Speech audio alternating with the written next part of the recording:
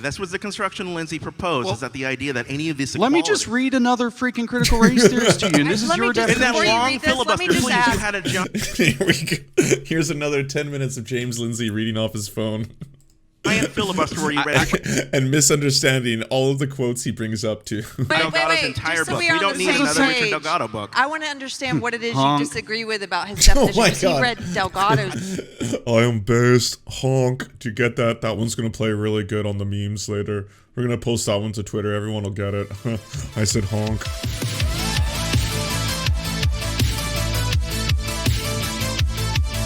Oh boy, this is going to be horrifying, I assume. But you know what? Jangles is so good. So, how bad could it be? Would you describe it to a friend?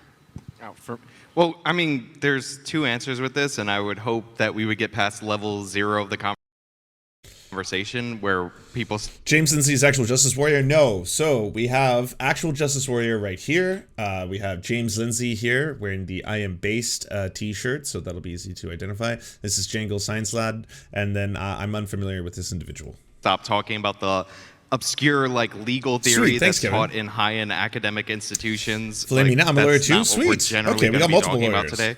What we're going to talk about is how some of the ideas on how to educate future generations from critical race theorists have trickled their way into education. And I believe people have different terms for it. They'll call it woke studies or whatever. But this idea, the idea that we'll have white privilege, I forgot what the word is, mixed in with the curriculum, or we'll teach kids about we'll have kids obsess about oppression versus oppressor dynamics and all that. In terms of the legal theory, I just want to agree right off the bat that we all agree that the legal theory is not what we're going to be talking about and what is being taught in the K through 12 schools. Do we all agree with that? That the legal theory of critical race theory is not what the debate is about? Yeah, and it's also a weird way to frame the debate. It's so we're going to talk about critical race theory, but we're not actually going to talk about critical race theory. We're going to talk about everything we associate with critical race theory without actually talking about critical race theory, because we're not talking about critical race theory, because that's not being taught in schools. But it is being taught in schools, but we're not talking about it. You see how it's so hard?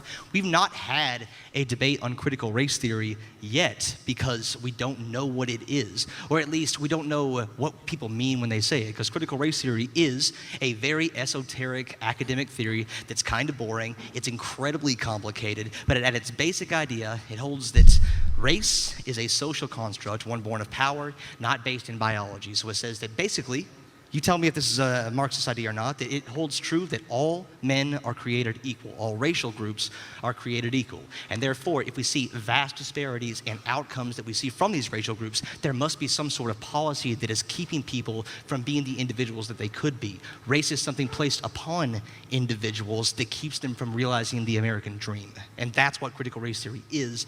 But we have to get bogged down into all these things that people associate with it, because it's been associated with basically any weird race stuff that you see in school is now critical race theory. So it's a hard topic to talk about because we're never talking about the same thing. So it is very important to define. You know what? I just thought of a really simple, concise way of trying to explain it to someone. See if this works. That race is a social construct. However, people have race imposed upon them in society. They are characterized as racial groups and treated differently because of that. There are differences in how power is exuded upon them because of this. Race is imposed upon people. That's the way to explain it. That's how I'm going to explain it from now on. It's the imposition of race upon people. These concepts that we're talking about. James, do you have any disagreement with his definition, his proposed definition? Sort of. I disagree that it's complicated. It's extraordinarily simple, as a matter of fact. It looks like Lake Superior, but it's about as deep as a mud puddle. You want a definition for... Uh-oh. Definitely had that joke written out on his phone, ready to go. Didn't land. Okay, so, probably gonna open with a banger. Yeah, how do I slay the audience on this one? Well, why don't we... Yeah, I think for this one I'm gonna use the mud puddle. Yeah, that'll get him. I'm based. Critical race theory, I'll give it to you in 2 words. It's race Marxism. That's all it is. It is the division of society into a stratified. Okay, you know what? This pleases me. I don't watch a lot of actual live James Lindsay. I just see him constantly getting ratioed and clowned on the Twitters. So it's neat to see that James Lindsay in person is just as confused as James Lindsay on Twitter. It's refreshing, to say the least. Situation where race is taken as the central construct for understanding inequality. That's a direct quote from Gloria Ladstone Billings and William Tate IV in their paper Toward a Critical Race Theory of Education from 1995. So it is a study of the stratification of society through a Marxian lens. I will prove that to you in just a second. So that centers race in all understanding of inequality. So while you gave a good insider's definition, it's not complicated at all. It's pit whiteness as a form of bourgeois property and the people who have access to that against people who are said to be excluded from that as whiteness as property, as Cheryl Harris, 1993, where she says in particular among its property rights that whiteness carries, that whiteness has the fundamental right to exclude. And so the construction... This is the rights academic expert on CRT, by the way. Just so everyone's clear. Or the claim is that race was constructed by white people, originally from Europe, so that they could exercise privilege and power and maintain it for themselves over people of color. This is a social stratification theory. What do you think slavery was? What do you think was going on there? Did you think it was imposed, or was it a volunteer system? Did you think people wanted to be lumped into groups and then treated completely differently based on those groups? James? When it's said to be that these people are held in conflict with one another, now we have a social stratification theory combined with a conflict theory. And when it's said to be done in order to figure out fundamental inequalities or to understand inequalities so that those can be redressed through redistribution of resources and access, which we call racial equity in this case, then you actually have a Marxian theory of race. That's what critical race theory is. But let's not belabor the point. Let's just read their definition from their own book, Critical Race Theory and Introduction, by Richard Delgado, one of the founders of critical race theory, who, by the way, at the founding conference in Madison, Wisconsin in 1989, said that they were a bunch of Marxists meeting to discuss if holy shit, the gish galloping is unreal. They had anything in common to talk about regarding race and law. But they were Marxists, and they wrote. Even the way he's sitting. Oh, this is also by design. If you didn't know this, he's really big on intentionally man-spreading as much as possible. Like, don't get me wrong. I think man-spreading being an issue is a completely liberal impulse thing. Yes, it's definitely going to change the structural power that oppresses people. But at the same time, he loves just trying to take everything. He's just basically triggering the libs, the person. Like that's what he's consistently trying to do. Wrote this book with his partner Gene Stefanchik in 2001. What is critical race theory? On page 2, the critical race theory movement is a collection of activists and scholars interested in studying and transforming the relationship among race, racism, and power. The movement considers many of the same issues that conventional civil rights and ethnic studies discourses takes up, but places them in a broader perspective that includes economics, history, context, group and self-interest. There's your false consciousness part, by the way. That's a neo-Marxist idea. And even feelings and the unconscious. That's why they read your mind. Unlike traditional civil rights, because it's not like traditional civil rights, unlike traditional civil rights, which embraces incrementalism and step-by-step progress, which if it rejects those, it must... Oh, okay, so I love how he came prepared with, documents on his cell phone to be able to make the appearance that he knows an incredible amount on critical race theory. And yet I've never seen a better example of someone not understanding any of the words that he's saying out loud. He's just trying to reinterpret them into his version of this. Must be revolutionary, which is what all Marxian theories are. Critical race theory questions the very foundation of the liberal order, including equality theory, because it prefers equity, legal reasoning, because it sees the law as a construct to maintain whiteness and to exclude access to equal protection under the law for certain races. Enlightenment rationalism, because it sees that as a white way of knowing, as opposed to the kind of structurally determined ways of knowing from people of color that are determined by their position, called social position or positionality, against these social constructs of power relevant to race that were created by white people in order to maintain their power and privilege over other people. And also the neutral principles of constitutional law. Just to be clear about our subject today, the second paragraph, although critical race theory began as a movement in the law, it has rapidly spread beyond that discipline. Today, many in the field of education, today is 2001, Many in the field of education consider themselves critical race theorists who use CRT's ideas to understand issues of school discipline and hierarchy, tracking controversies over curriculum and history, and IQ and achievement testing. So just so we're clear, CRT is not being taught in American schools at the high school level. This is something that was previously being taught in law school, for example. It, again, like Jangles described, was an incredibly esoteric law theory, at which point now they've taken this and put it and thrust it into the culture war. So now we have this really strange environment in which, oh wow, they're teaching CRT in schools, and we don't know what CRT truly is, but I've heard it's bad and evil. Both these things are happening at the same time. Political scientists ponder voting strategies coined by critical race theorists. Stacey Abrams is in this book, you just didn't know it. Let's see, where did I go off? Ethnic studies courses, this is an important point at the end of the paragraph. Ethnic studies courses often include a unit on critical race theory in American studies departments. Teach material on critical whiteness studies developed by critical race theory writers. And here's the key. Unlike some academic disciplines, critical race theory contains an activist dimension. It not only tries to understand our social situation, but to change it. In other words, it directly in the second paragraph of the book on page 3 paraphrases Karl Marx's dictum for a social theory. It's race Marxism. It's as deep as a mud puddle, as broad as Lake Superior, because all it does is use a bunch of rhetorical garbage to make people think it's complicated, so you'll pay attention to it. Speaking of rhetorical garbage, did you notice how he would read something out from the book and then define what it meant for you? That's one of the reasons that we're having such a hard time talking about this. Instead of listening to the critical race theorists, bravo! Want to discredit critical race theory. This is better. So this is the Better Discourse Conference. Wouldn't you rather hear these ideas explained in their best possible light, with the best good faith effort to understand the strongest Jangles. position, and then critique that? Because there are definitely critiques of critical race theory. There are definitely critiques of this theory, because there's critiques of any sort of theory. But instead of like reducing it down to race Marxism. One of the reasons. Name a critique of this theory in the academic literature. He just talked for like 10 minutes uninterrupted. Come on. Because it's outside of like 3 law articles from 1998 and 9. Sure, here's a really good critique of it. One, if there is a lot of a discussion within it, so they have a hard time. If you wanted a big critique, they're all internal critiques. They all take on the fundamental assumptions that race must be the fundamental construct for understanding all inequality. So he's doing the thing where he's trying to tell you what I'm saying. To do it, he's interrupting me. So and you are talking to the audience and not to me. Yeah, and then you interrupted. Yeah, I know. He started by talking to the audience, and then all of a sudden it's like, "You must address me. This is happening, okay? Don't make me pull out my cell phone. I have other quotes." Me to let them know what I was actually saying. Mike didn't get to give his definition. Can I finish that one from point? their book. So one of the biggest critiques is because I read it from the book. Because he's going to actually speak at some point.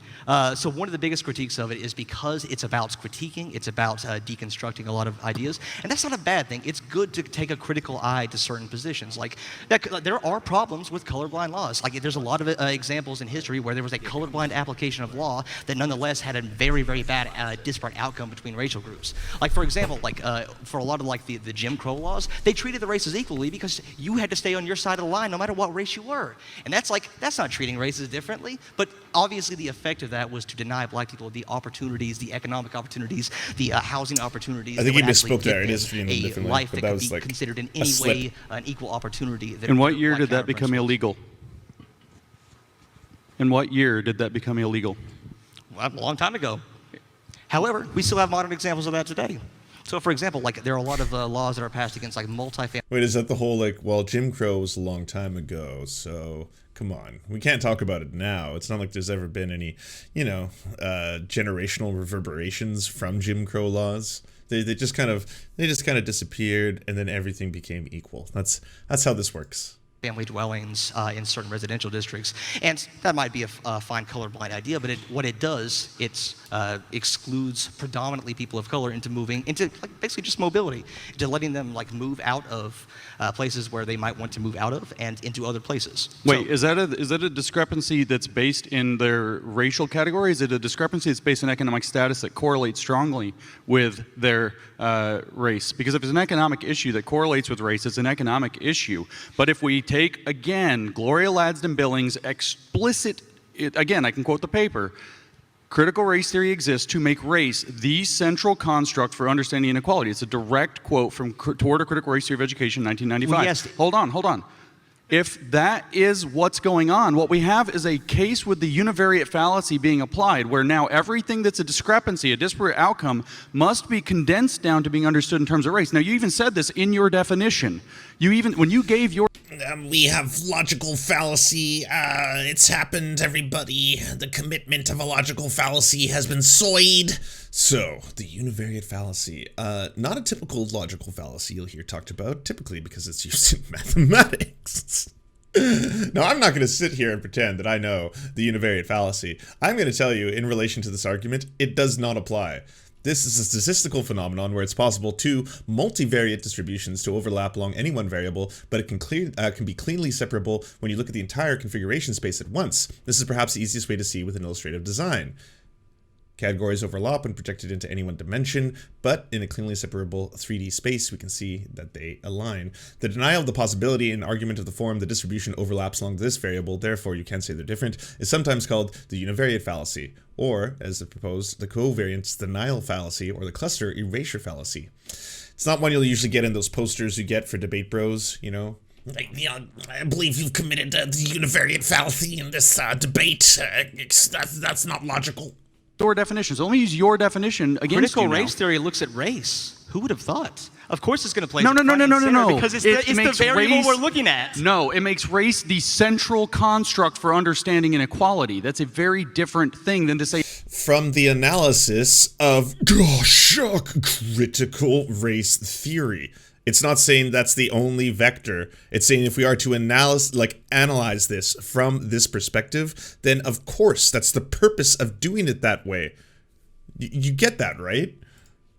It uses race. It uses race because that's what the variable that we're looking at. It uses race as the determinant variable to all inequality, which is a bogus analysis. That's the kind of...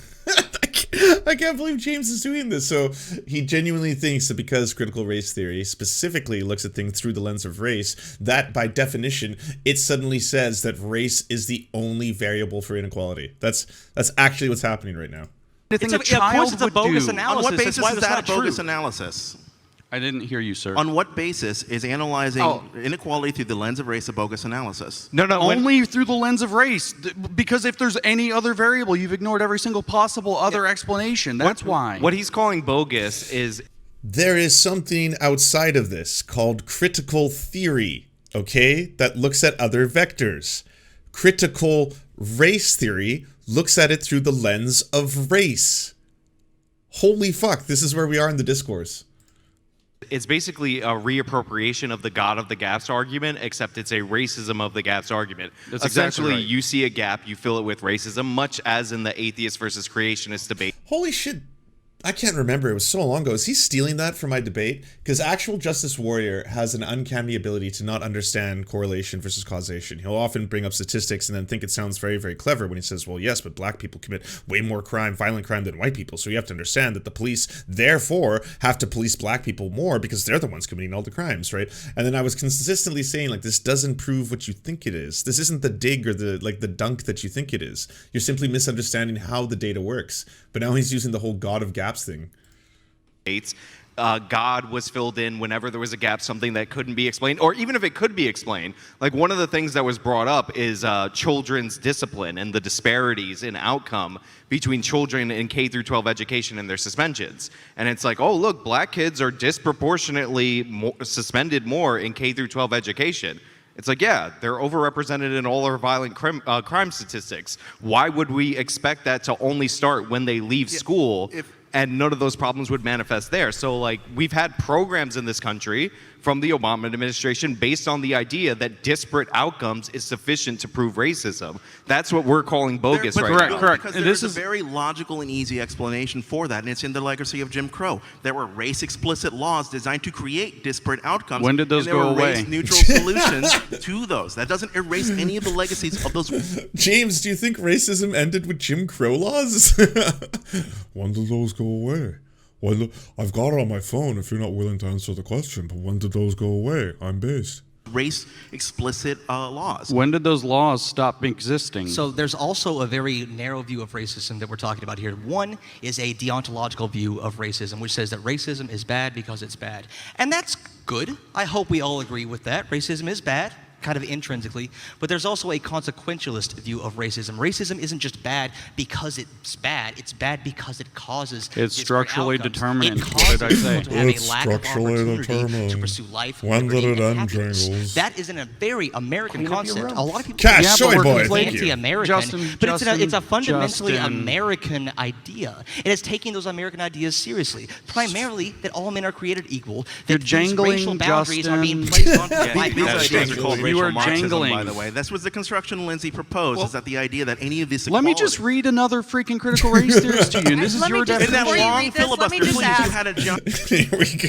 Here's another 10 minutes of James Lindsay reading off his phone giant filibuster where you read and misunderstanding all of the quotes he brings up to. Delgado's entire just so book. we are We on don't the need same another Richard page. Delgado book. I want to understand what it is you Honk. disagree with about his Oh definition. my because he God. read Delgado's. I am based honk to get that. That one's gonna play really good on the memes later. We're gonna post that one to Twitter. Everyone will get it. I said honk. definition. I don't disagree with that definition. He's framing it like it's a bad thing. He puts it under the guise of Marxism, and he makes Marxism sound pretty damn good if you actually listen to what he says. He's coming in with a framing, and that framing is dishonest. That's what I disagree with. No, No. the first question was a definition. He literally brought a I definition. literally Like, read that's- disagree their with the definition. definition. You And can't I be more didn't disagree with genuine the than definition. that. Well, I have the definition out in front of me too, and you added a lot to it. That's Thanks, like what Jandis. your definition Appreciate was. it. Okay, let every me- other thing he said, you would Look, interpret what it I actually will meant. concede that writing things down, either on paper or on your phone, is for nerds. That is true. I didn't But- use my no, I used their book. I actually have their book on my Okay. So AJW went for like a low-hanging fruit joke there, and clearly a joke. And James is actually getting all defensive about it. No, hey, I'm not a nerd. I was just writing down the quotes. phone. Yeah. But I've read it like 8 times. Reading is also for nerds. But Nerds. I will also say, you brought up that Jim Crow is Nerds. the I'm is in the on it reason, now. like the legacy of Nerds. Jim Crow is the reason for disparate outcomes between racial groups, which is a little bit odd because we have certain indicators like the homicide rate in the 1950s going into the Oh, here we 1960s go. when Jim Crow was in effect being lower than the homicide rate post this. It wasn't just Jim Crow. Jim Crow wasn't the start and end of the incredible systemic oppression that happens in the United States. I mean, fuck, why don't you start at slavery, AJW? Why don't you work your way up there? Why don't we talk about redlining? Why don't we talk about fucking the prison system, the prison industrial complex? There are so many things. It didn't just start and stop with Jim Crow. Oh, we got rid of Jim Crow. Everything's good now. Civil Rights Act. If Jim Crow were the cause of all these negative outcomes, then Yeah, how come everyone's the a negative nerd here. outcomes appear I'm to a have nerd. no correlation Y'all are with Jim nerds. Crow? We're all nerds. We're watching a So do political you think debate. racial attitudes ended? They were fixed. They were fixed with Jim Crow. You keep asking like when these things were I didn't say they were passed. fixed, but if you're going to say Jim Crow laws caused a disparity and that produced The all laws these are a negative byproduct outcomes, of a culture which example was produces these specifically attitudes. violent crime, Well, then because we these would laws- expect Jim Crow, if it caused a disparity in violent crime, to cause that disparity before it's repealed rather than after it's repealed. These laws are a byproduct of a culture which produces these. If it was the single causal factor, and again, it's not as if Jim Crow created racism. Racism created Jim Crow. Idea. People can self-racialize. People can have a conception of race that might be negative, even reinforced by society onto their own race. It's no mystery that people who are treated badly, who have an entire legacy, a generation, a history of negative treatment by people in this country, would persist in carrying on those negative attributes even when the barriers of the law are removed. So this is what I call the racism of the gaps argument. So he said this was causing this.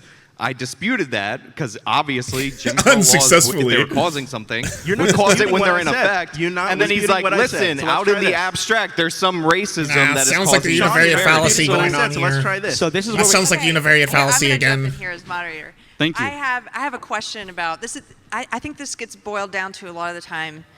Do you believe that we should judge and treat people differently on the basis of race, if it's for a noble cause, if it is in the service of ending racism?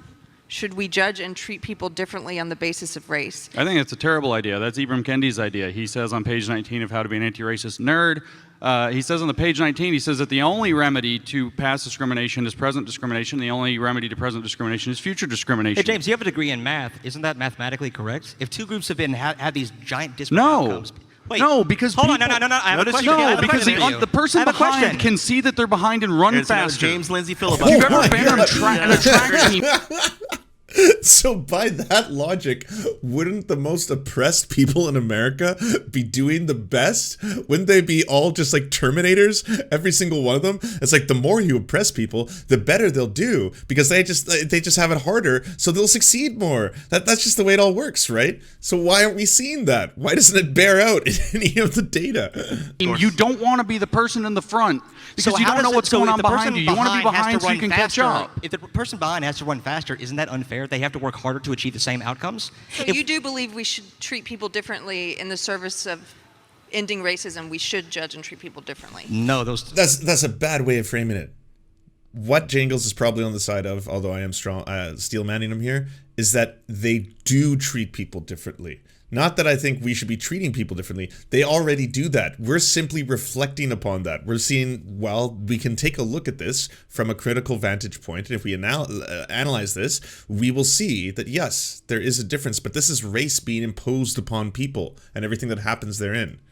Wait, hold on. You're not going to absolutely explain that. Like, in your individual life, absolutely he not. However, he advocated discrimination. Let me just are hear you his having answer. trouble?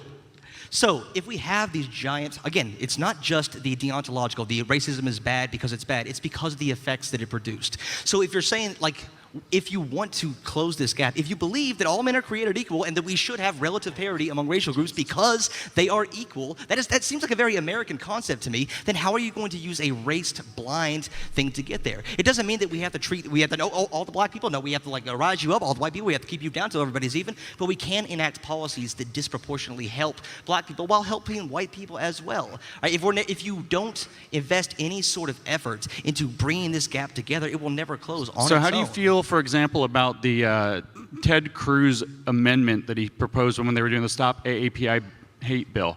So they were doing Stop AAPI Hate. This was in the wake of that shooting that didn't turn out to be racially motivated. It was a sex worker crime. And they do Stop AAPI Hate. Ted Cruz proposes What an are your amendment thoughts that on says, Ted Cruz? let's Always amend a the great bill to outlaw debate the tactic. currently existing, the currently being employed racial discrimination in our colleges and universities against Asian Americans. And it was a party line vote. Every single Democrat who voted, which was all but either one or two of them, I would have to check exactly what it was, voted against removing an actual form of institutional racism against Asian Americans. Where do you stand on that? Not in favor of it.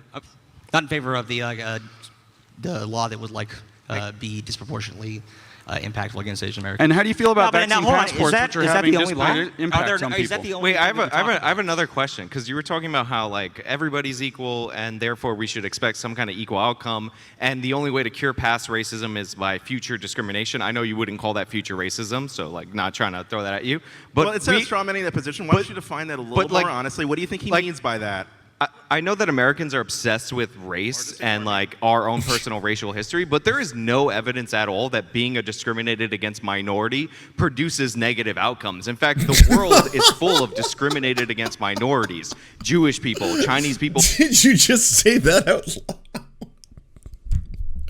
I mean, like, how do you even debate someone like this? I don't get it. We're like, okay. Yeah. I secede the floor. Like, People in Malaysia, there's different minorities like the Lebanese that have all faced similar forms of discrimination and have become successful, more successful. wow. Is there anything to be said about how different racial groups have been treated historically in the United States? Anything at all? Or you're just taking the parts that you like and then think, well, if there are historical minorities in this country, but they've achieved different outcomes, clearly it just means blanket statement that there's no such thing. Than their majority country. So you have to like fundamentally prove to me that discrimination caused the gap in the first place before you can even get to the stage where you're Okay, let's do that then. Why don't we start here? Here's a good little thing to talk. Fact check. Median wealth is 81 times higher for white people than it is for black households. The claim, the median white household wealth is 81 times that of black households. Economic inequality in the U.S. is real and deeply damaged to the living standards of the vast majority of families. John Bevins of the Economic Policy Institute. A chart citing 81% difference in the median wealth between white and black households was posted on Facebook. How long have black people been voting? Studies on the wealth gap. Net worth is the total amount of assets minus liabilities, or everything a household owes, according to Business Insider. A nationwide wealth gap exists between black and white families, according to the Brookings Institute, a policy analysis nonprofit. They reported that the typical white family in 2016 has $171,000. This is nearly 10 times more than the $17,000, $150. So rather than this first statement, we can debunk that, but say that there is an enormous 10 times difference between the two groups. Now, if there's no such thing as race, so we made up race, it doesn't exist. So there's no such thing as white people, no such thing as black people. There's just, we basically think of people as monoliths, right? So every single person who has a certain amount of melanin in their skin will be characterized into group A. Everyone who has a different amount of melanin will be characterized into group B. Now, all human beings being created equal, right? So we all agree on that point. If we see a disparity of this 10 times, do you not think that there is any historical or systemic reason to explain this?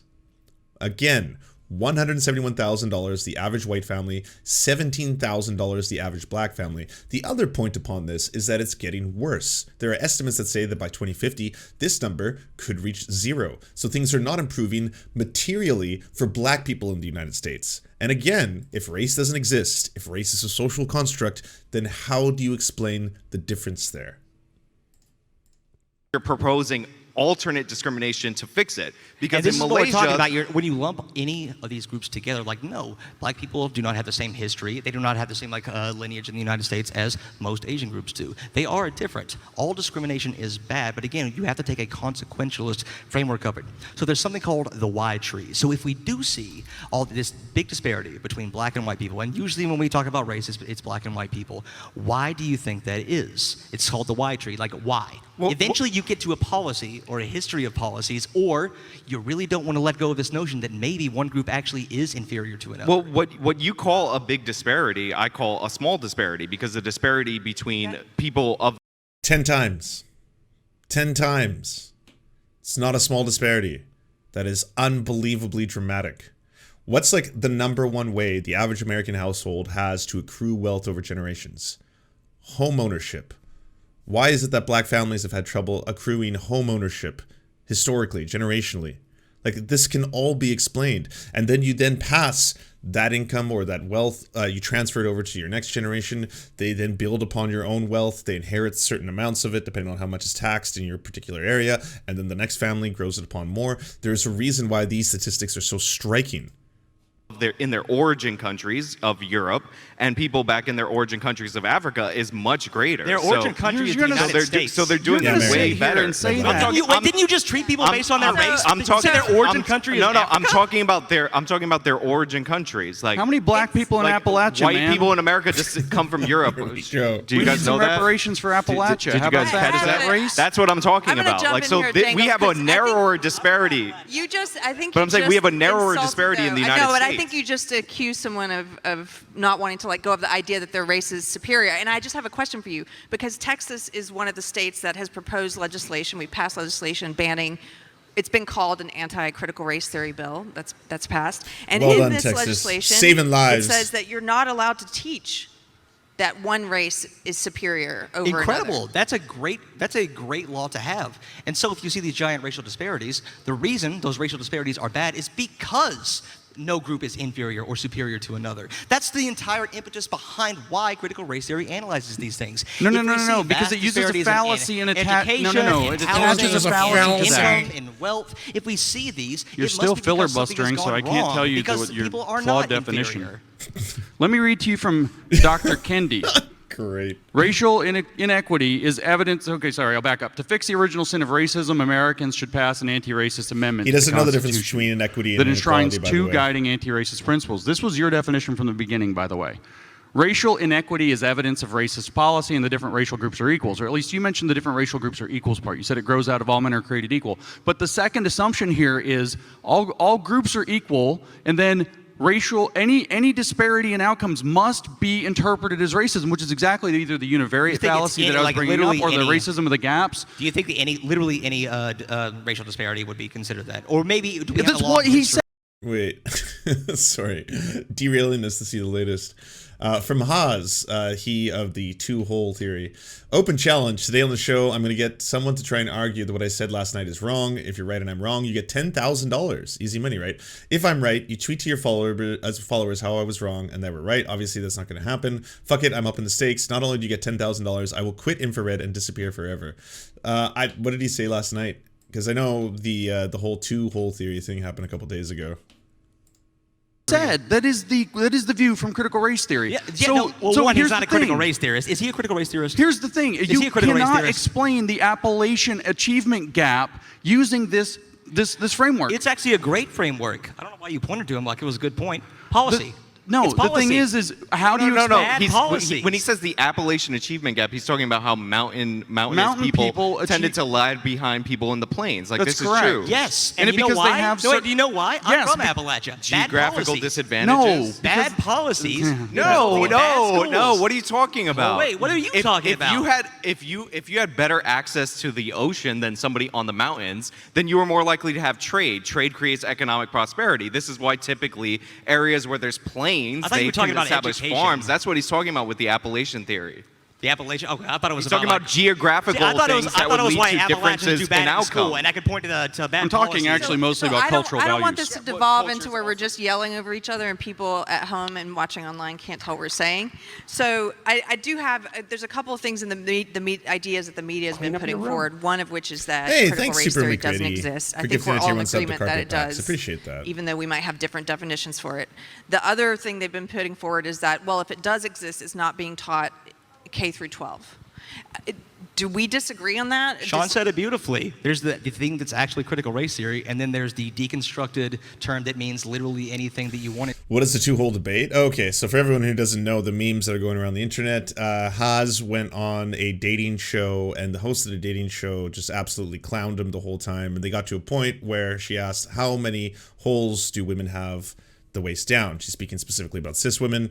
Haas said 2, and then she says, what comes out of those holes? What are they used for? And then when they're not being used for sex, and then he was like poo-poo and pee-pee.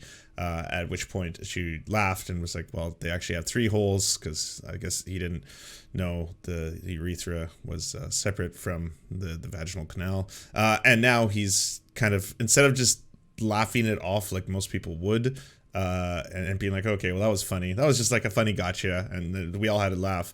He has been doubling, tripling, quadrupling down for 3 or 4 days now, and they've created two-hole theory, which is, is a discourse I genuinely hope never dies. I hope it just keeps on blowing up. It to mean that's actually being taught in schools, as they say. So if you don't believe it's being taught in K through 12, what is it that you would oppose in the bills that, why would you oppose a bill that says, let's stop teaching critical race theory when you don't That's believe what it it's is, being yeah. taught anyway? Because, as you said, with the Texas bill, it doesn't actually ban critical race theory, does it? It bans certain concepts to make talking about race It harder. bans critical So- race praxis, and praxis is an integral component of any Marxian theory. Any critical theory, race by the way, praxis. critical race theory, any critical theory must have at least 3 components. This is according to Stanford Encyclopedia of Philosophy, Entry on Critical Theory. The 3 components it must contain are that it must contain an idealized vision for society. It must be able to critique the existing society for not living up to or moving toward that idealized vision for society. And it must also inspire social act. Celine, to be honest, I would have said there was 2 as well. Yeah, like, here's the thing. You could have walked away from that and just been like, oh, tee-hee, laugh. That's not the reason it keeps blowing up. The reason it keeps getting, like, bigger and bigger and bigger is the doubling down. Like, he said in the middle of the debate, right, whatever you want to call it, but that dating show, I don't take L's. I don't lose. And that's kind of like that strongman machismo, and the fact that he's still doubling down on that is why it's still growing and becoming a meme. It's gotten to the point, like I saw a debate with him in Q yesterday where he was saying that he thinks that all these larger accounts or all these people on Twitter are all attacking him because they want to end his messaging, or they're scared of him, or they're like trying to destroy this movement that he's creating or whatever it is. And it's just Twitter doing what Twitter does, which is clowning on people. Like, anytime someone becomes, like, you know, the clown on the internet, everyone jumps on. It's what Twitter always does, you know?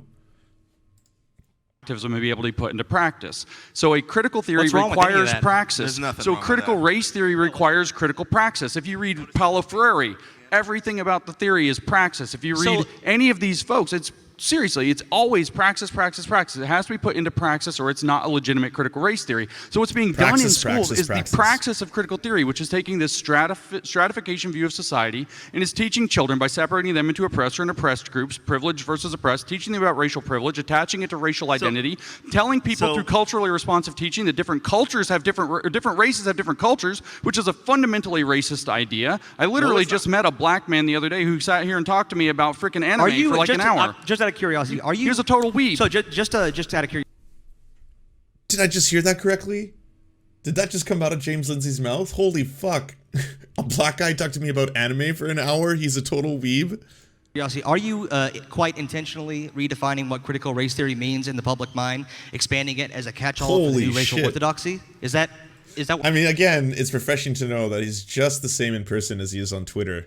What you're doing, just out of curiosity? I actually did not understand what you said because of the echo. I'm sorry. Yeah. Okay. Are you quite intentionally redefining what critical race theory means in the public mind, expanding it as a catch-all for the new racial orthodoxy, so that No, we you're can't actually conflating talk me with about Chris what it Rufo. says? And now instead of ironically, I'm not Chris instead of Rufo. I'm a viewing- stealth bomber.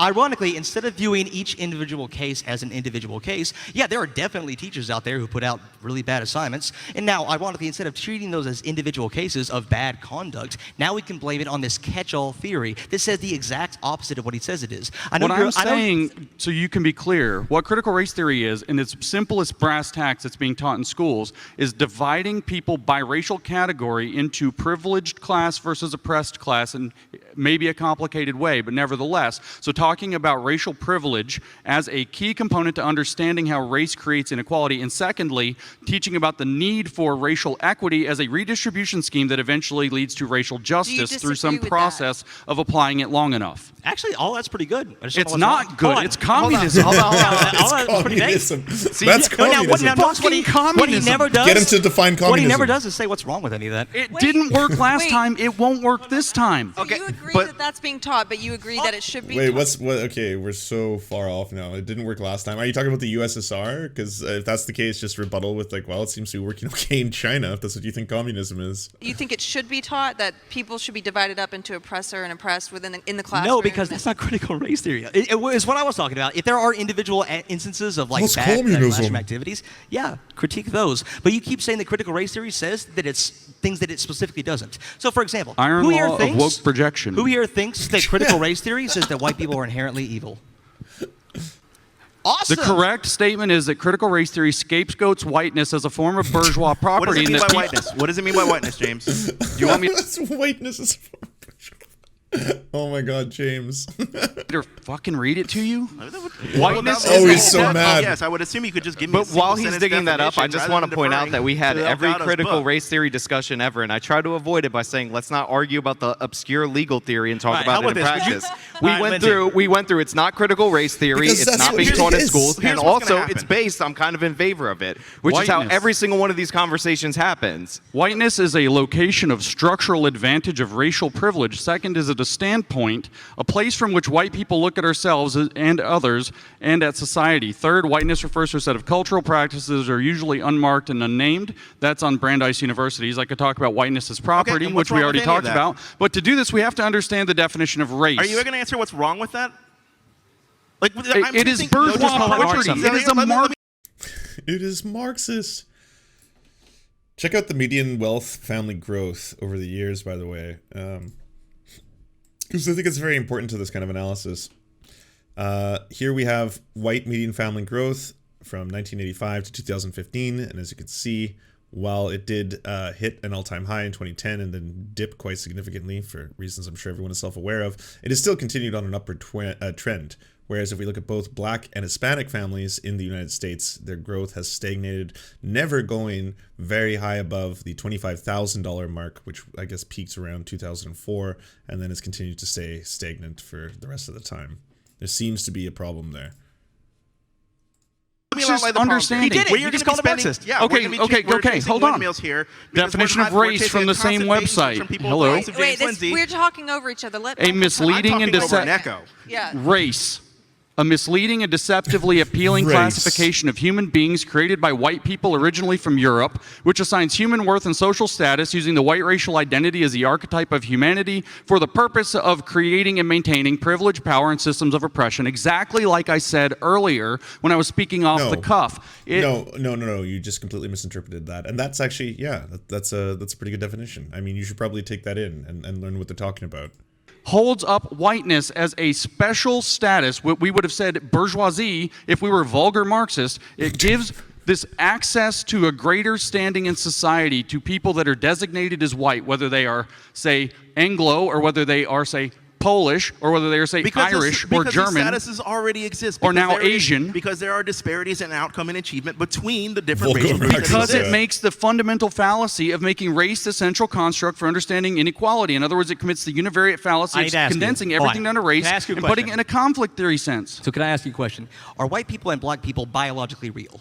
Are they biologically what? As in, like, can you have a biological Good question. classification of white and a biological classification of black that would hold up to any sort of scrutiny? I mean, that's not exactly right. What Hold you on, can hold on. actually No, do is yes you or can no? you can have there are biological classifications of population groups spread throughout the planet. Some of them have different colors of skin. That actually you can't. It's Are not these deniable. genetic clusters called race?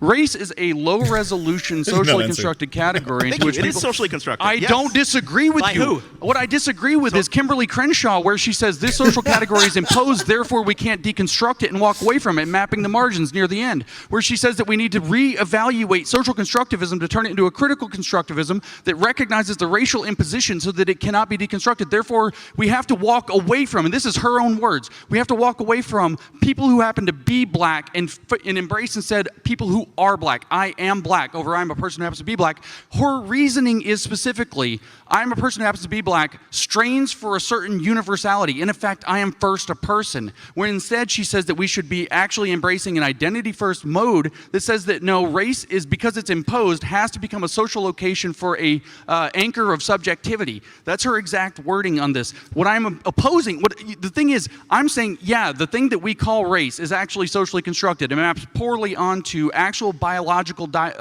groups that you could find, you could draw DNA and actually detect differences in. He's taking such a long time to just say no. It maps poorly on. It's socially constructed. And my view as a liberal is we should deconstruct that. We should take that apart. Whether that's, I don't really want to use postmodern means, but we could use liberal means. Hold on. But what critical race theory says is, Another no, filibuster. we cannot and will not deconstruct it because it is imposed from without, which is not How would you true in deconstruct 50 it? years. So how would you deconstruct this socially imposed thing? Because one, where did it come from? White has not meant. Stop talking about it. Oh no! Stop. If we have a problem, just That's how. Well, of course. So anyone who wants the status quo and wants to continue, of course, please stop mentioning all this. Stop talking about race. Why are you all so obsessed about race? I don't understand it. Okay? Like, I don't see race. I'm colorblind. Everyone is translucent to me. I don't see why you keep bringing it up. Again, the quickest way to talk about all this is, if you want to talk about how CRT analyzes it, race is being opposed upon people. People are having race imposed upon them. They're being treated differently for something that doesn't exist. That's the big issue. So I just want to see this article you sent me. Considering the pattern of economic disparity between the Asian American communities is not new, it is no surprise to find substantial wealth inequality amongst Asian Americans. The data in this report specifically shows that Asian American average and median wealth has become comparable to white wealth. Asian Americans at the bottom of the income distribution have less wealth than the white people at the bottom of the income distribution. Wealthy Asian Americans have more wealth than wealthy white Americans. Wealth inequality amongst Asian Americans is greater than amongst whites. Wealth inequality amongst Asian Americans has widened over time. Asian Americans have fewer retirement benefits than white people do. Asian Americans have lower home ownership rates than white people do. Asian Americans owe more debt than white people do. Average wealth by race and year. So there's more wealthy Asian Americans than there's more wealthy white people. However, the wealth gap between Asian Americans specifically is even larger. Wealth inequality has simply increased within these groups. Wow. That's also fascinating. just stop Ignore talking the about problem. it. No, but nobody Hope it has goes Ignore to the say, problem away. and it goes away. I mean, it's been doing great for the past 400 years. But this gets back to my question Jangling. about, do you believe that the best way to fight Jangling. racism is by... His two biggest dunks so far have been honk and jangling Look who's jangling over there. Teaching kids that we are divided along these racial groups and that some, based on your race, you have a different worth or you have more value. Teaching them that and there you're is a treated differently. societal construction of race. Critical race theory does not propose this sort of biological construction, nor does it propose racial essentialism. It rejects it explicitly. No, it actually synthesizes it into structural determinism. There's nothing wrong with teaching children of something they can observe. They understand that race exists. They have a conception of race, and they develop it from a young age. It's worth exploring that topic. No, worth exploring. We have a Mott and Bailey happening again. What actually it says is that the imposition of race. What it says is that the imposition of race creates a structurally determinate system in which the social experience of the position of race is actually essentializable. It's not essential in the biology. It's essential in the cultural and social experience, and that gives a unique voice of color, which is why Dave Chappelle making a trans joke came from his, according to the article, his position of white privilege. That's why Larry Elder's the black face of white supremacy. I want you to He's take black, note of his he has entire to stay on the strategy here. plantation. I want you to take note of his entire strategy here. We're trying to give the best possible version of it, and he's done it Yeah, several Winston times now. JJ He'll say, hates, no, let the me tell you what it Québécois. actually means. I don't want to hear the strongest Because version my of this. eyes are open, Jangles. Because your minds are open? Because I'm not a liar, Jangles. Oh, no. So, I mean, okay, wait, hold on. Well, you kind of are. Do you think My that eyes critical are race theory open. essentializes people based on race? Yes or no? Critical race theory has a long You not going answer I yes can or see no. clearly Yes or no? now. The rain is Yes or gone. no? Does critical race theory essentialize people I can based on see race? all obstacles in my Yes, path. by Nope. proxy. So this is exactly wrong. This is not a mischaracterization. He of asked an critical race illegitimate theory. question This and is thinks he not a got a critical- gotcha. Fuck This is this not a guy. mischaracterization of critical race theory. This is the this equivalent guy. of getting every single question wrong on a multiple choice exam. The only way you can be that wrong is if you were intentionally being. This is why I didn't go so on his critical race theory podcast. in Delgado's book, which I also have. In Delgado's Why? book, they Because he was going to call you out on your shit? Fuck yes. Good job, Jangles. say they reject race essentialism because it is not. It is a socially imposed thing. Therefore, someone cannot be essentially black. It essentializes your social experience but by if we are taking positionality. those- I've so- explained but it if we- 4 times. But if we agree on this race is a social construction, it They does say it place gives race, a unique voice of You are color. So if you're black, you have terrified. to speak. You are Ayanna terrified of Presley not says. talking. Ayanna Presley said, "We don't want black faces who won't be black voices. We don't want brown faces who won't be brown voices." Why? Because there's a unique voice of color associated with the structural experience. That's critical race theory. Do you not understand saying the that black difference people between- think the same. Okay. Not that they are the same, that they think the same. Every single question on that multiple choice exam has been marked wrong on purpose. So, no, you seem to like this deconstruction of race. You said correctly that. Can I talk? You doing okay? You used a lot of words, man. A lot of unnecessary words. Cut to the chase. Says the person who wants to talk for 10 minutes off his phone. Okay, I'm now going to define what multiple authors have said about critical race theory. Uninterrupted, please, if you will. This is my time now.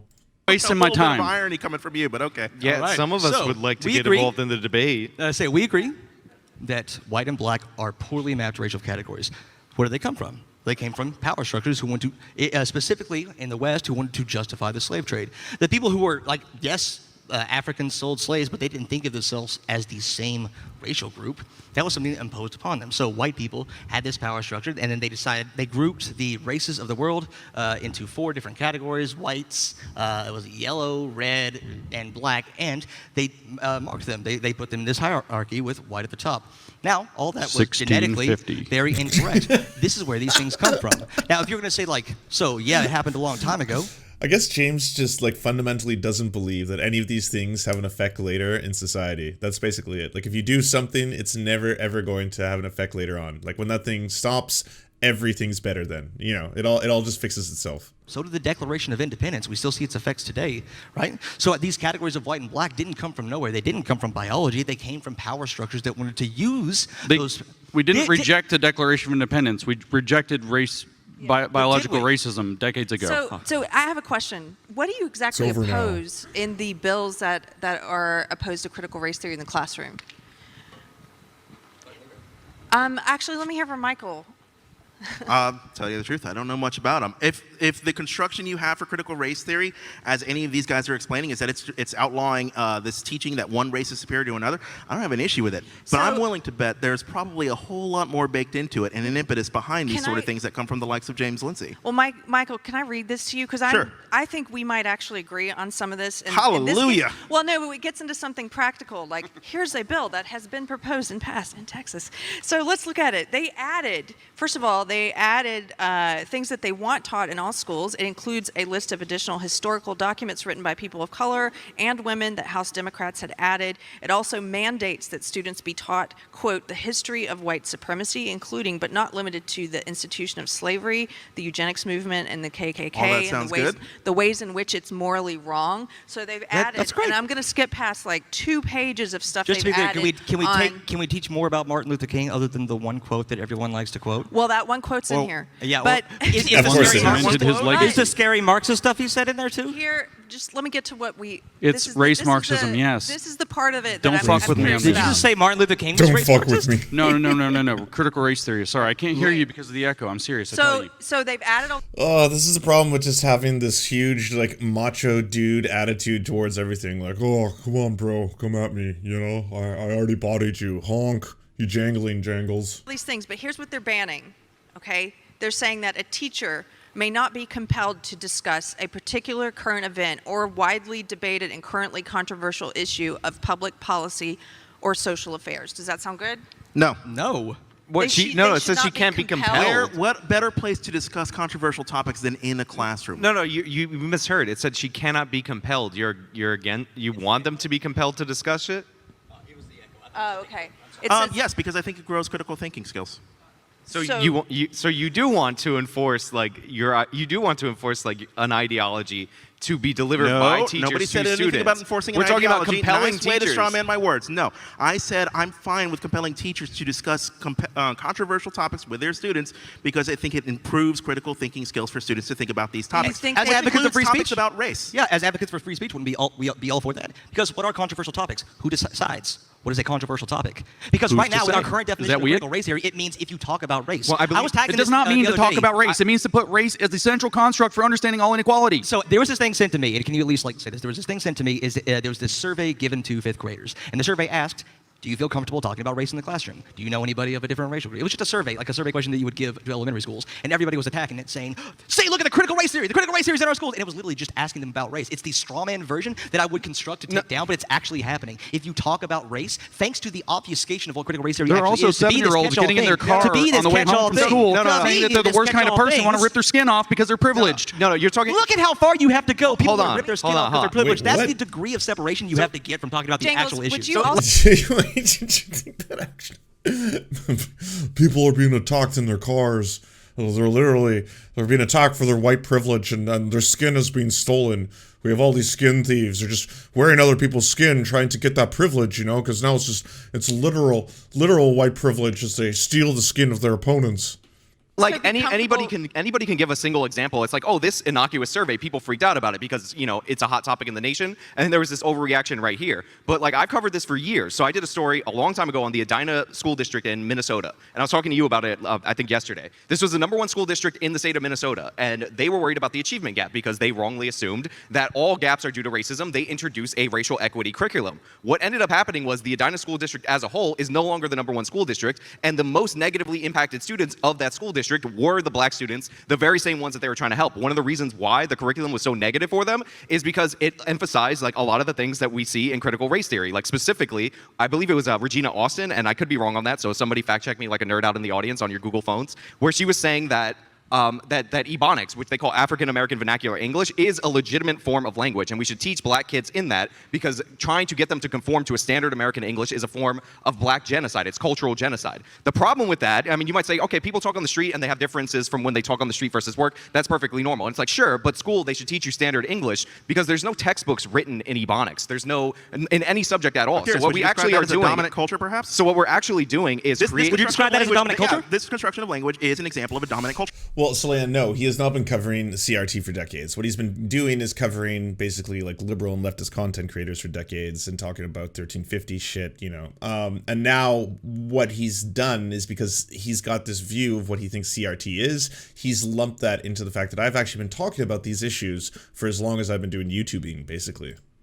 Which is one of the things critical race theory goes over. There is no basis to say one form of a language is valid and another form is invalid, other than whites have a dominant culture. In this so way, Thank you whites- very much. practice, Thank you very much, Michael. I'm also from fucking Appalachia. We Are you have a from different fucking dialect. Appalachia? We spell words from fucking funny. Texas, we man. have not the dominant culture. No, and no, guess no, what? no, There's an no, no, achievement damn gap. shame So that some why people do go you down lean this into something like culturally responsive and culturally sustaining teaching that maintain and exaggerate those cultural you need those kinds differences? of teachings because The you want the lessons to multicultural make sense experiment to the was a student. failure. And if you speak in a language the students do not understand, the lesson will not resonate with the students. That's why. Listen, we can make an abstract argument about how every dialect is just as valid as another dialect. But here's the thing. English is an international language of business. In India and everywhere else where they're teaching English, they're teaching standard American English. There is a wealth of scholarship throughout decades, centuries actually, written in English. This is why the Scottish, when they had their intellectual So AJW better be learning Mandarin real fast. Reformation, they needed to learn English because in order to grasp the knowledge, they needed to learn appropriately the languages where the knowledge was all captured and written down. If there were this length of scholarship in Ebonics, then this wouldn't be an issue. The fact is there isn't, and this is one of the reasons why black literacy lags behind in this nation. So you're advocating for a policy in order to solve a gap that by its very nature will lead to greater gaps in the future, and we saw that in Edina. So do we see how you can have 2 points here? So do you see how you can have 2 points here? There is a dominant culture, and you have to assimilate into it in order to succeed. Nobody has to be evil for that. But it is a thing that is worth talking about. So for example, do you agree that it's really stupid to ban traditionally black hairstyles in school? You would agree with that, right? I don't care what people's hairs look like. Okay, so I'm wearing so a wait, shirt. can you- can you Justin, agree I'm with wearing me? a shirt that Can says you- "based," which was a black slang term. I'm okay with the dominant culture merging in a melting pot type situation. It's not that the dominant culture doesn't move by virtue. Look how many things. I mean, freaking Taco Tuesday is a microaggression now because everybody loves tacos, which happen to not come from the dominant Mind you, freaking culinary Edward, tradition take of, this, man. of You know, England, it's which a- has one edible dish. You know, a really good exercise to do. That was a really Which has dumb one edible dish? Jesus Christ.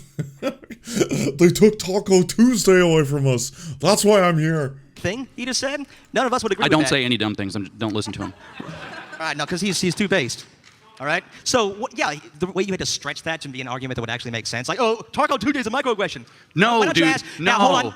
Every time Now, I'm like hanging out with my friends, we're like, "Vámonos." We say it in Spanish because That's cool. because it's Are we gonna be? Epic, bro. But I'm in the dominant culture. Why on earth I'm dominating? No, see, if we had a dominant two culture, people on here that you no, can no, actually no. talk to, or do you want to like talk to imaginary people that make No, you listen. upset? If we had a dominant culture, like you're implying with the word dominant culture, when somebody says, "I feel like that's racist," we're not going to have a conversation. We're going to say, "Shut up, N-word." That's what it looked like 70 years ago. That's what a dominant culture that's excluding other cultures. Well, that's what racism is. Anyways, vamonos, on our way to Taco Tuesdays. Hopefully no one gets triggered by that as I devour some tacos. And not trying to meet people looks like. That is not reality anymore. That was reality a long time ago, and we If the line almost just to a stops man there, in that's this simply country for you, reject like, once it you now. drop the And it's N-word, not it because of ceases to be the critical dominant race theory. culture? Do you accept that, like, forget about, set aside race for a second, even though these might, like, correlate with Why? one We're having another. so much fun with this. Do you, no, I'm just saying, even though these might correlate with one another, do you accept that, like, different cultural attitudes and practices can lead to different outcomes? Where'd they come from? I'm just saying, do you accept that that can happen? Absolutely. Where do they come from? All right. So my follow-up The question Y is, do you accept that can happen? Can't truly answer the first one because it's not going to be great for my hypothesis. But anyways, I'm going to move on. Thank you. Then why are you trying to preserve cultures, attitudes, and practices that lead to negative outcomes? If you want to do better, if you want the same end game outcome, then maybe you should emulate more successful cultures. Like, a lot of this reads to me, this critical race theory discussion reads to me like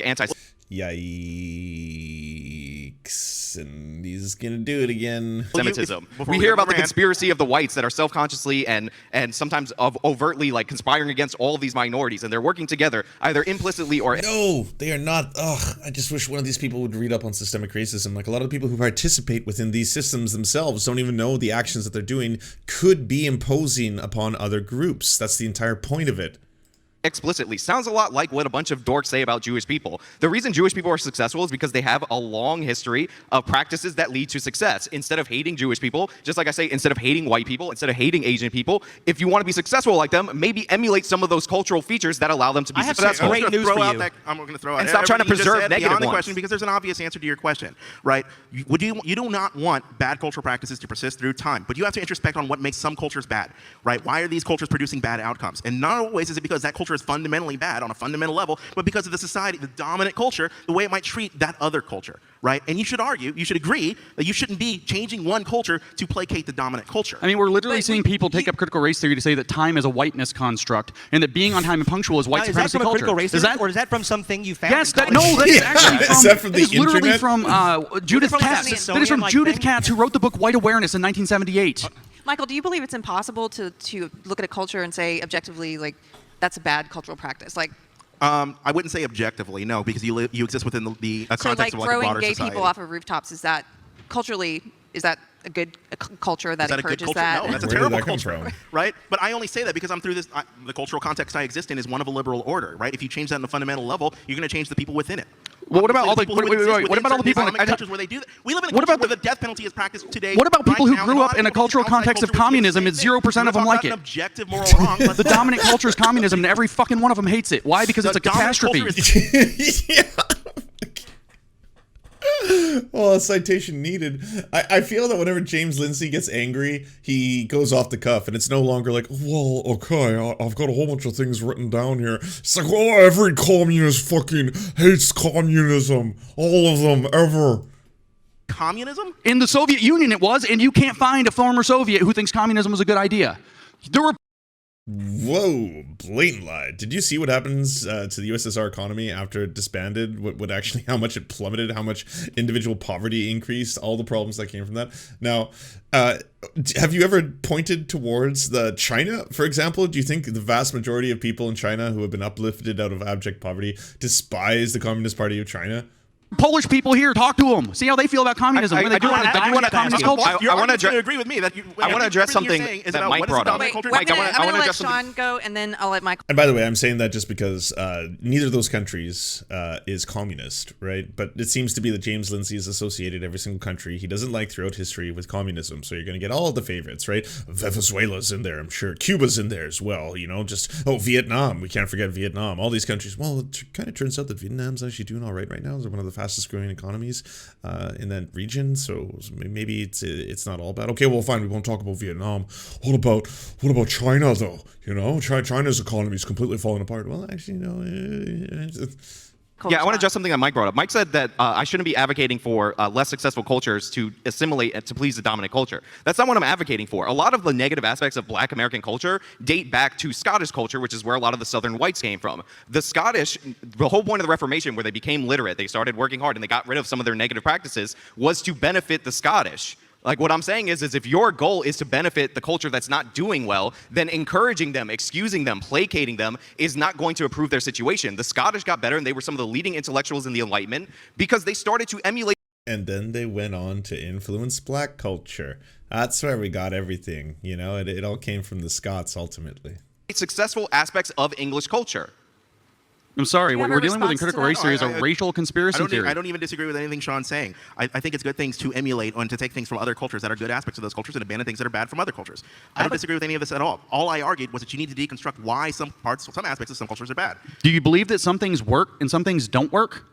Incredible analysis. My car. No, I mean, what's the definition of good? I don't mean to be screwy with you. I mean, What's what the is the definition definition of of better? How do you Not even good, not good. What's the definition of better versus worse? It must have some goal orientation set against it. Something that achieves the goal more successfully is good. A hammer that breaks at the handle when you swing it, not even a living thing. Not a very good hammer. A hammer that can drive in nails and not break. A good hammer. It behaves better. Why? Because it's better at achieving the goal. So if you... And wouldn't it be better if we the had a racial- pragmatic argument means something here. Would it be a better society if all the racial groups were equal? They are equal. Equal under the how? law. They are. What are you Really? talking Well, about? can you define what you mean by equal? So, equity I know that's a scary word. I know that's a really scary word. Equity is equality with an assumption. And Equity that is is adjusting assumption shares let so him that finish? How citizens about we are let made him finish? equal. I'm going to let Jangles talk about what he means by equality, and then I'd love to let you respond to it. So equity is Equity equality is with an assumption. adjusting That assumption being shareholder the very value. Marxist idea that all men are created equal. Again, so how do you measure whether or not we have equality of opportunity? So why is equity not a measure that we could use to get there? If we had equality of opportunity, if everyone had the same shot of getting where they wanted to be, why would we see these giant disparities? Unless equity could be a measure to see whether or not we actually have equality of opportunity. I don't think you would disagree with the notion that if you are born into a single-parent household in the inner city that is surrounded by crime, surrounded with shitty schools, you're not going to have the same access to any of the things that you're going to use to live a good life.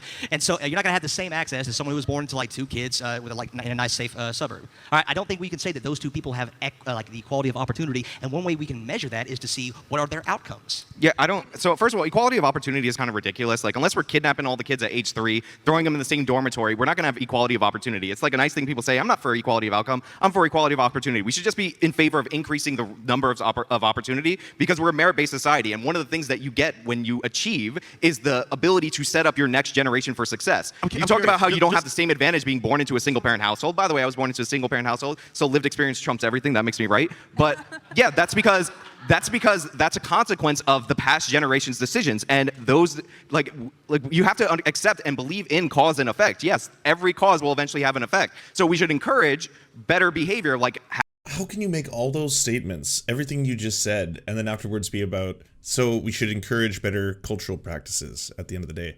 Like, what about being born into abject poverty? What about being born into, like, the fact that the school systems in the United States directly correlate with home ownership and what area of, like, the taxes from those housing taxes go directly into the school system of that local region? That plays a huge part. What about the fact that I've shown multiple times during the course of this, the differences between white families and black families for median income? The disparity is 10 times. If you have white families who have the average median income of $177,000, black families who have the average median income of $17,000, you are going to see incredibly different outcomes, especially if you're tying in the school system itself to home ownership. having children after you're married would be a crazy radical example because that leads to greater success. And if you have a wider, what is your solution here? It always comes down to like just hope individuals make better choices. Are there no policies that we could look for to make sure those things are better? Well, and if that's true, aren't you advocating for Kindy's idea that bad policies are the reason that we have these giant racial inequities? Is a good policy not to discriminate by race? No, I would. Because you advocated for that earlier, that we should discriminate by race when it benefits the people that you want to paternalize. I'm curious. Do you think that like passing policies that disproportionately help black people to like? Do you think that's discriminating based on race in the way that you would define it? That you're trying to. That is discriminating based on race. Period. So, yes. If you are making race-conscious decisions, you are discriminating based on. Society is discriminating based on race. Race is being opposed upon people. That's what you have to remember. Race. No, he's saying that have the effect without the intent. To have the effect without the intent. Like if just coincidentally it ended Wait, up are you that. asking that if someone discriminates on the basis of race, are they really discriminating on the basis of race? Or are you conflating other variables with race again, like the definition of critical race discriminating theory? on the basis of race? In his head, he wants you to think calling someone the N-word, calling like using cracker with a hard R over here. That's what discrimination he wants you to think. But like helping in implementing policies that increase the access to education, the quality of education that we get in predominantly black districts. Black people live in much higher rates of concentrated poverty than do white people. And so if we pass policies that disproportionately help people who live in concentrated areas of poverty, I think that's a good thing. We're helping some of like the most vulnerable people in society. So who are you and discriminating it would against? Be discriminating because it would disproportionately help black people. But is that not a good thing? No. To answer your question, by the way, the policy I would implement is stop subsidizing single motherhood. It has been a Correct. disaster. Correct. If you subsidize something, then you get more of it. Sorry, Mom. If poor people had less money, it would be better. Yeah, pretty much. No. It's not about taking away money. Like that's nonsensical. You're trying. You want to subsidizing is taking. No. You're trying to remove incentives. Oh, amazing. Yeah. So these outcomes are being produced because of poverty. So we should give them less money because at the end of the day, if they have to work harder, they'll just want to earn it more. And by virtue of that, they will then suddenly become successful. Again, it's unreal. It's that disassociation. The correlation does not equal causation problem that AGW always has. So yeah, again, if we just gave single mothers less money, we'd see better outcomes. That's just how it's going to work, you know? Meanwhile, let's keep giving all the welfare to corporations. Let's make sure corporations are getting as many subsidies as they can, as many tax exemptions as they can. Foster that. That'll continue to get the outcomes that we're looking for, you know. Do you enjoy the Serfs but prefer not to have to use your eyeballs? Many are saying this. Well, we've got the solution for you. It's the Serf Times in podcast form, available on most major podcasting networks now. If you enjoy it, please consider leaving a good review and feedback because it really helps the show out, apparently, and it's free, just like the podcast. To our gods, Xander Corvus and Peyton L. Just, we will build a ladder to heaven to deliver you the daily news. To our monarch, Tom Spiker, we are your most humble of clownish jesters. To our lords, Trevor R. and Alexander Thaler, you have our undying fealty. To our knights of the Round Table, Nate, that one guy, Hagbird Celine, Matthew Scarborough, Stellar Vision, Ariana McCarthy, Daniel Sutton, Ants Are Still Running the World, Coulter Smith, Tom Groh, Val 9000, Jenna Tal, Quiet 185, Anna Loves Riley, Riley and Anna, Omni, Poodlehawk, The Tim Caucus, Multimondi, Trevor Janis, Lemmy 101, Anthropophojak, Saren 42, Chronic to Hemphog, Catherine, Radical Maniac, Ramon Acosta, Incosin, Violent Orchard, Sophie Baby, Political Puppy, Andreas Chiringuito, Zach Christensen, Josh Mickelson, Todd Buckingham, and Todd Lajeunesse. We shall meet you in the tavern, and we raise a drink, and we salute you.